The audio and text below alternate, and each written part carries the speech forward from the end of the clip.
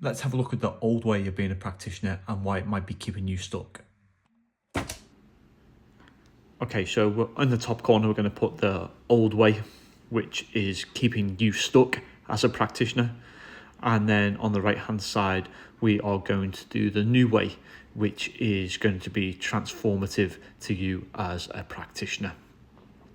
And what we can also do as we put things on the right hand side, we can either color code this as being green, as in you have got that covered, no problems at all.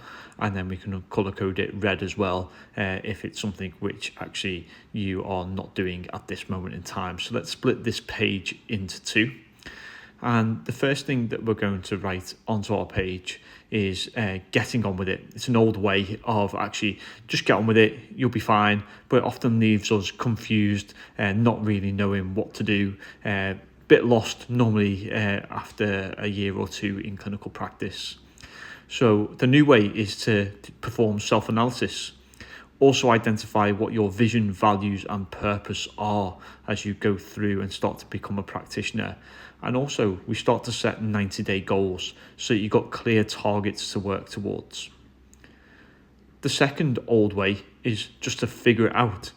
And as I said before, normally after the first year, second year or third year, actually it just means that you either become burnt out, overwhelmed or full of self-doubt.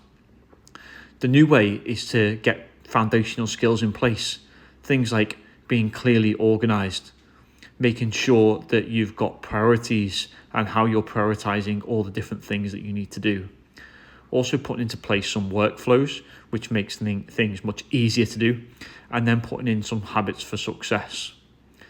Within this, we also can talk about the confident clinician, developing the confidence of this clinician, so that then we become much happier in what we do. In order to do this, then we can talk about the comfort zone and actually taking one step outside that comfort zone each time. So in a year's time, actually you look back and you've made great strides forward.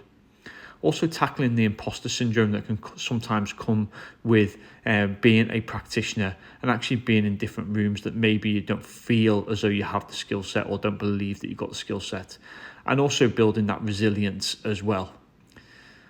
The third thing is that the business will just build on its own. So you set up and just leave it and everything will just work out. People will start to come to you and that'll be everything sorted.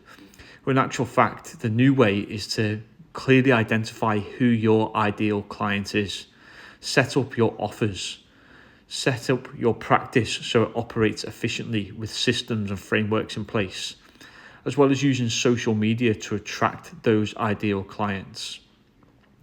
And then also making sure that we get clients consistently as we go through practice, not doing this second guessing of where they're going to come from in the future. And the final thing in the old way is to think that you can just figure it out when you get there. This is almost like a toss of a coin, whether it actually works out or whether it doesn't.